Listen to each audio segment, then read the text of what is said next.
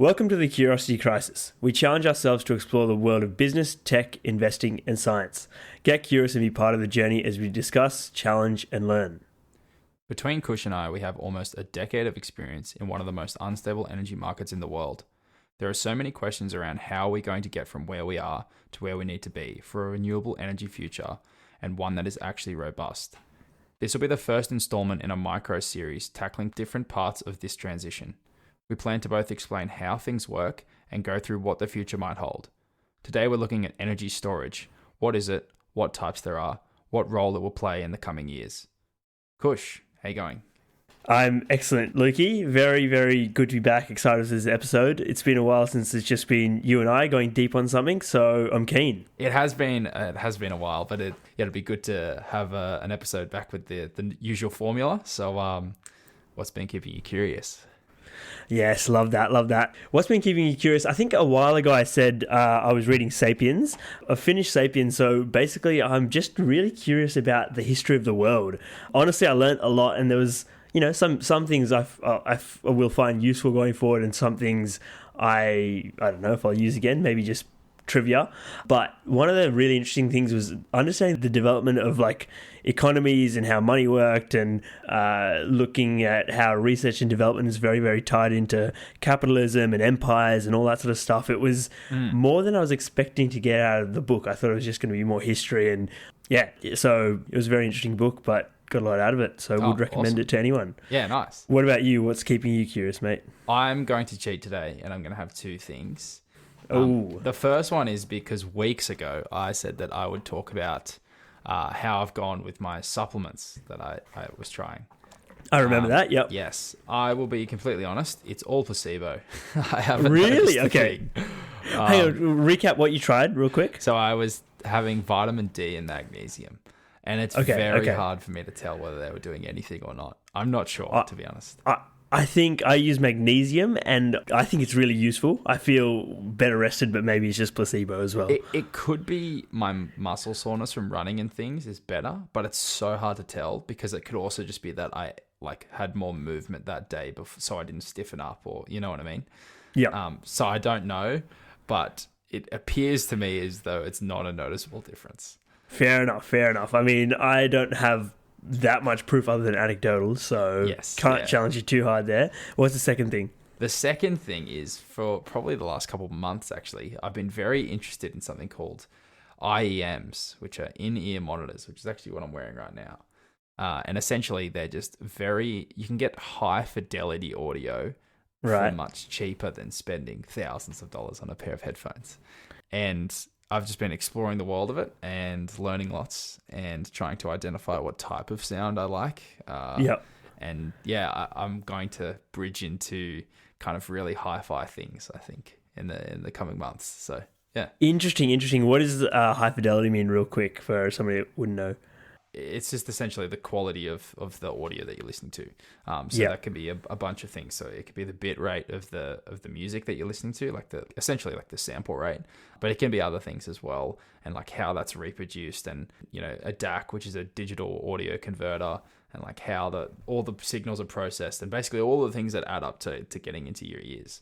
Yeah, and essentially you're just trying to replicate and get as close to what the artist intended in terms of music, or whether it's, whatever other medium it is. But yeah.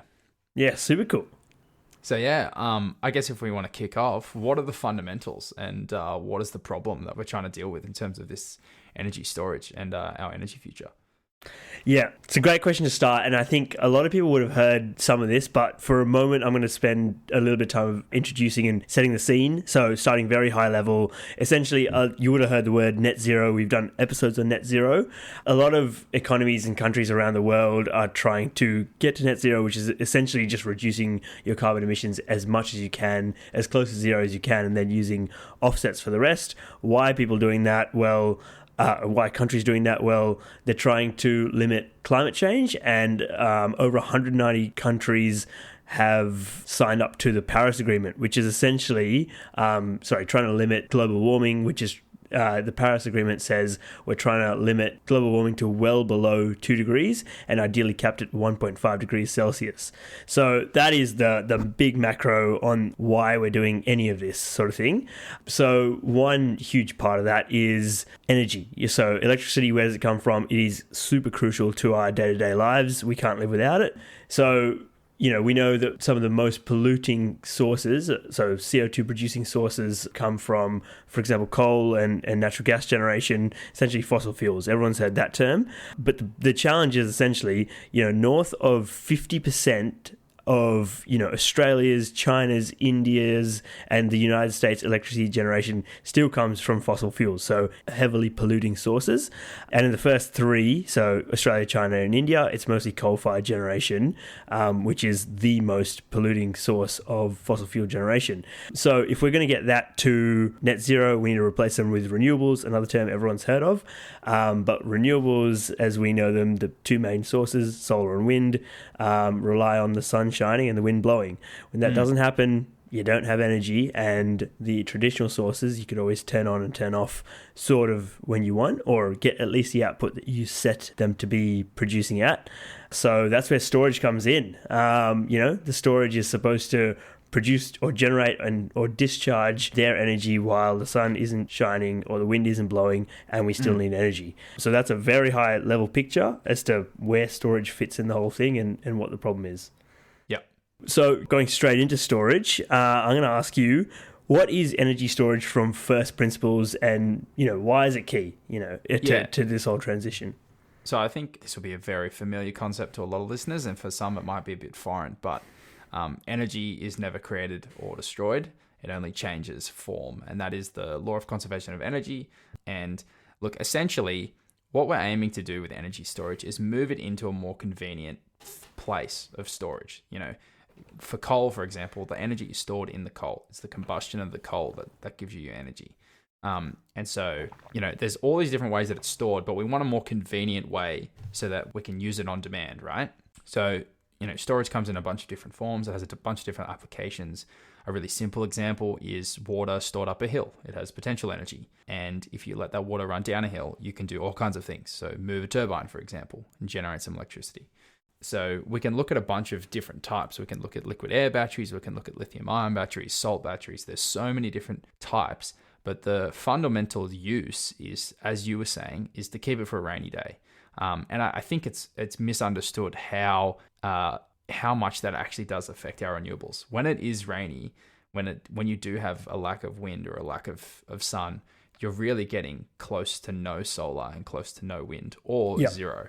So yeah, exactly. I think it's very misunderstood that it's not just we've diminished a bit of the generation. No, it's actually close to zero, and that can cause some real problems. And speaking of problems, there's something that we call FCAS. So FCAS stands for Frequency Control Ancillary Service. Yeah. That's what we refer to it in Australia. I'm sure it's different in other countries, but essentially it's the stability of the grid. So in Australia, we operate at 50 hertz, I believe. Maybe it's 60. No, it's 50, yeah. And in America, for example, they operate at 60 hertz, and that is the frequency of the grid. And you have a very tight tolerance on that. It has to stay very, very close to that number. And the problem with things like solar and wind is that it actually adds variability to that, which can cause damage to things within the grid and can also damage things using the grid. And so that's a really important thing. And energy storage can actually help alleviate these concerns because you can use energy on command, like we were talking about. It's the more convenient storage of it.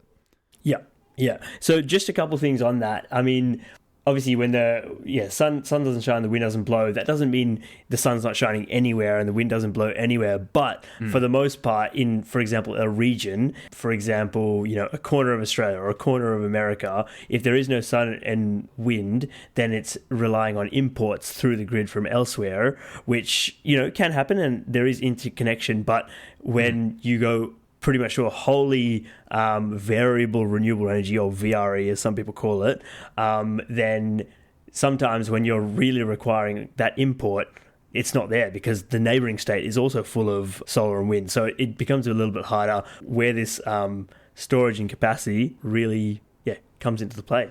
And at the very least, it's a non-optimal solution because you're going to have other things we call TLF, transmission loss factor. There's a bunch of other distribution and kind of demand reasons and price reasons actually as to why that's not really an ideal solution. Yep. So I guess the next question is, what is needed in the future? Like what do we actually require and why? Yeah, so that's a good question. I mean, I think you've framed it up really well by telling us what storage is and then, where it would fit in. But essentially, the few key things, and it's sort of summarized by the energy trilemma, which is probably familiar to people in the energy industry, but a bit foreign to, if you're not within it. So the energy trilemma is affordability, reliability, and sustainability. Now, most people would know what all of that means, but affordability, basically, we don't keep building out an energy future that just costs exorbitant amounts of money, because I think energy security and electricity is sort of a fundamental requirement to live in our economy today. So if you're pricing people out of using basic electricity, then it's not really going to be palatable. Reliability, well, we've talked about that. In the old system, you could turn on and scale how much energy you wanted from the plants as much as you needed. But with variable renewables, you can't just flick a switch and have power exactly when you want it. And then sustainability, well, that's the name of the game that I framed up in the first part. We need to get to a net zero future. That's what people are gunning for. So that is the trilemma. Just jumping in for a quick break. We'd love it if you did us a favor and gave us a 5-star review on your podcast player. We'd really appreciate it. It helps grow the podcast and get to more ears. Thank you. So what we need is essentially a range of different storage solutions. And I think the one outtake that we'll get to it eventually is we can't just rely on one, because then there's a single bottleneck there. But we need a range of different storage solutions, and one of them that needs to be solved is long-term energy storage to replace the firm capacity or the baseload power for extended periods while we're not getting renewables. And that firm capacity or baseload power had come in the old energy system from things like coal or gas or nuclear, which still exists around the world, as I said a little bit ago, but that is, being shut down. The other thing is, not all storage is equal. So, just putting in a battery is somewhat misleading, because one battery could be able to store a megawatt, which I'm not going to go too much into, but it's like it's a unit for energy, but it can store it for an hour. And that means it can discharge that for a whole hour, but then after that it can't. But then you can potentially have a storage, for example, pumped hydro or a flow battery has that megawatt stored, but can discharge it for, 5, 10, 20, like 48 hours or even longer, even whole weeks. So, not all storage is the same. It has different uses. So it could be moving energy within a day, so intraday from the middle of the day when the sun's shining to the evening when it's not. Intraday between, 2 days in the same week, if it can store energy up to, 8 hours or so, or interseasonal. So it can store weeks and weeks and weeks of energy and, discharge it in winter when there's not so much sun potentially. I don't think there's too much else to go there, but we definitely need something that's affordable, reliable, and sustainable. And we need to know that storage is finite. So, when you're producing from those other plants, you could feed it the potential energy, for example, coal, which is always storing energy, and just keep feeding the beast, and it would keep feeding you electricity. So do you have any other ideas, or do you have any other points as to what is needed in the future out of this whole storage system? I think the only thing that we haven't really covered there is innovation as well, because there will be, we're kind of looking at current technology, and there definitely will be I'm sure there'll be some step changes in the future, which will drastically change the landscape of this. But currently, there's a lot that's required, and I think innovation's one to add.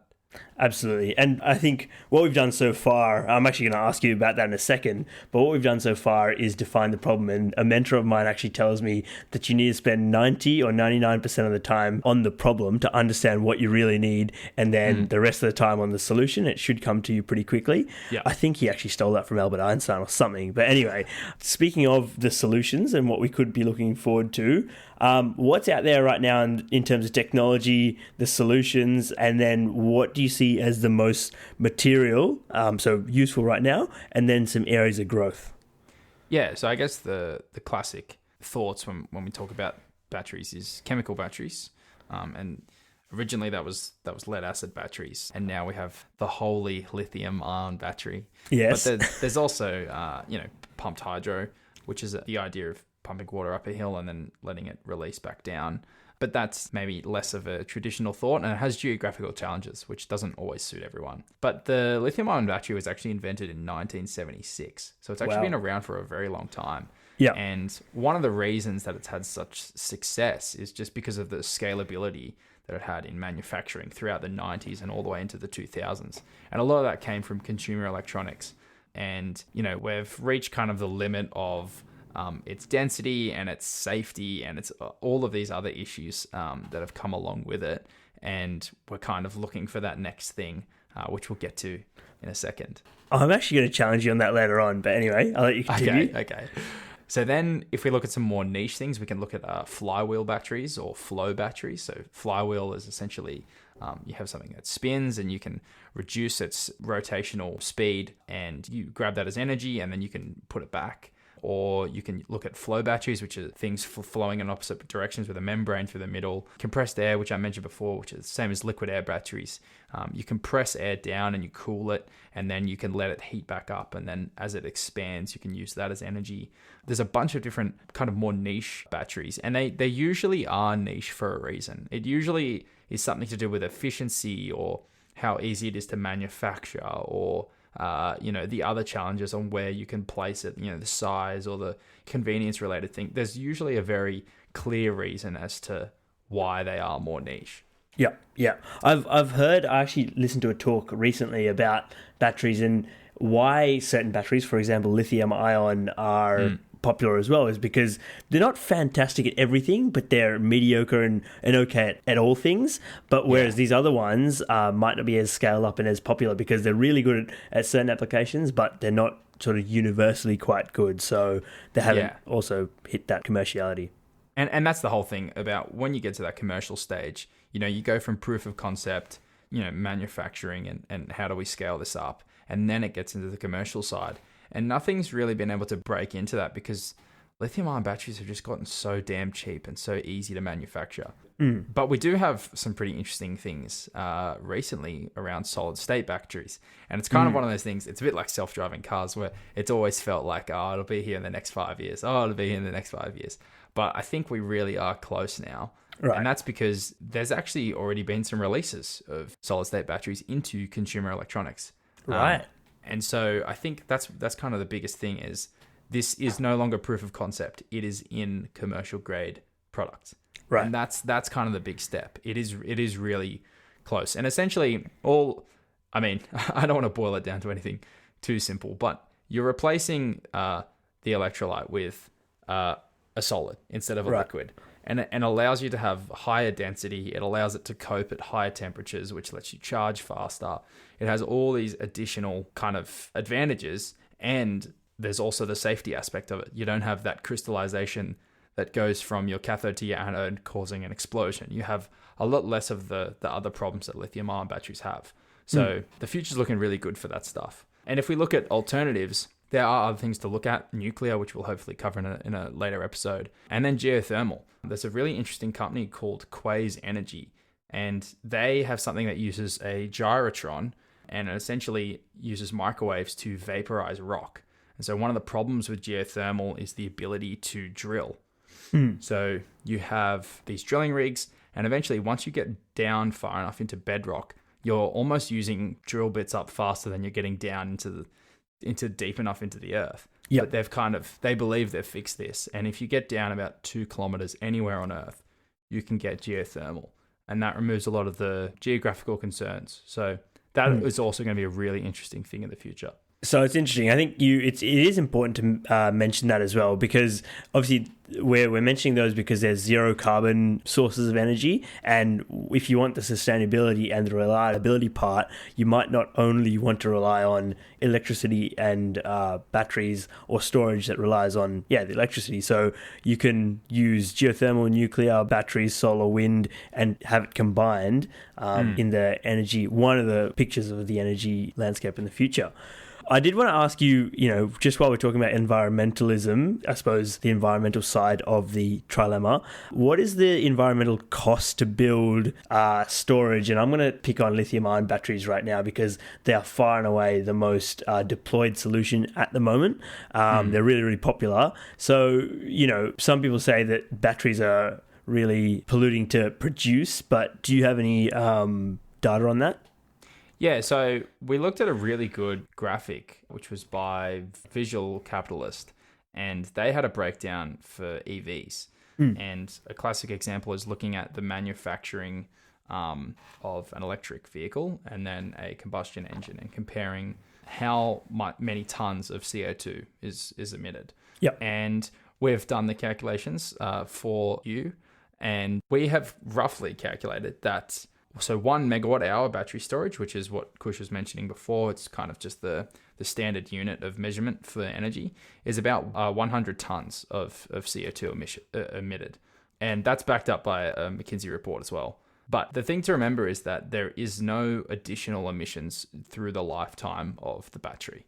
And that's really important because going back to this graphic, what was interesting was, and it's a common argument, is that EVs produce more carbon in manufacturing, which they do when you count the battery and the vehicle. But then after that, they don't produce any, assuming you have a renewable grid. And so that's where I think the interesting part about this is that you can reduce that significantly if you have good longevity on your storage. And I think that's something where innovation will play a key role, because the longevity of our batteries will be increased in the future for sure. Yeah. And just to put it into context a little bit, I think with, no source is perfect. No source of energy is completely carbon free because in terms of lifetime emissions, because to produce that energy, there is emissions. Obviously, coal and gas and fossil fuels essentially are the most emitting. But interestingly, batteries obviously are pretty energy intensive to produce, so therefore there's carbon associated with that. But solar and wind, interestingly, were not actually the lowest lifetime emissions when calculated against every other source. Interestingly, I read in research, and we'll cover this later on, but nuclear was less emissions intensive energy than solar and wind because of the manufacturing and the amount of steel that goes into wind, for example, and all the manufacturing that goes into solar plants and the land it requires and all that sort of stuff. So it's a more complex game than I think we realize. So what are some of the main challenges that we're facing in energy storage in both technologically and economically? Yeah, okay. So obviously, there's going to be a lot of money spent in this energy transition, but you also want to spend money to get pretty optimal technical solution, but do it fast. So again, it goes back to the trilemma, but there's a few things. So as we were saying, lithium-ion batteries have just taken off and been massive, and there's a few reasons for that. One is the supply chain that you talked of that was already developed for smaller applications and just got massively scaled up for big energy storage and batteries of all sizes and EVs. But they also started to get cheap and they're easy to deploy. But some of the challenges, there's stories about them catching fire and stuff. Honestly, they're comparatively to other sources, they're quite safe, but their life cycle is at this point only up to about 20 years. So in that case, you're going to need to recycle and replace quite often. So there's a lot of innovation that needs to go on there. But then there's costs when you look anywhere in terms of storage. For example, pumped hydro or compressed air takes a long time to build and can be quite expensive, but can also last a lot longer. So there's a hell of a lot of analysis you need to go back and forth to determine the optimal solution. So there's a lot of risk to install and implement, and then how long they're going to last. Degradation has been written about quite a lot. How the natural environment affects how these work, and then also their usage. So across any storage or any generation technology, effectively, the harder you pump it and use it, the more likely you are to see degradation. And we're used to that with anything. Sort of the harder you work any piece of machinery or vehicle or something, the more often you're expected to do maintenance. But that is a little bit unknown in this energy system of the future, because I had lots of years of experience.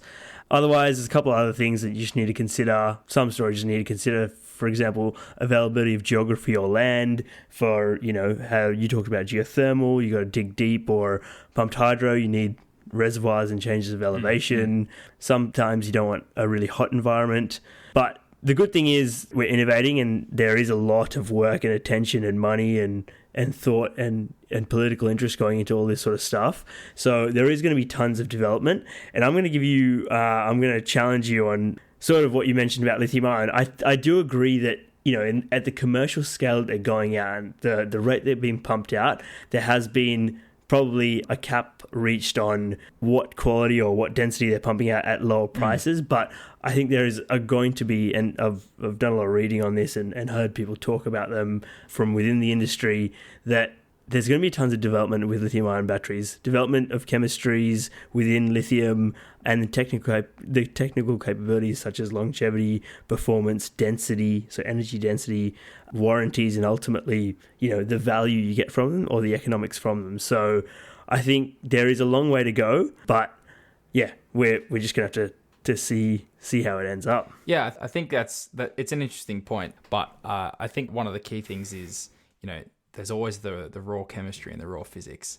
And something that is really advantageous about solid state, for example, is that huge mass reduction. And that's something that, is hard to replicate in traditional lithium-ion batteries. Yeah, huge. Well, in terms of wrapping up then, we've covered a lot in terms of energy storage and what's out there. What is your key takeaway of all of this? I think my key takeaway is understand the complexity stuff. It's, there's going to be different solutions for every country based on all of those things that we talked about previously. And I think geography plays in a lot. And yeah, I think that there's a lot of people working really hard on this stuff. And I can guarantee you it is not as simple as slapping solar panels on every roof. That will not fix the energy crisis. But yeah, what's your key takeaway?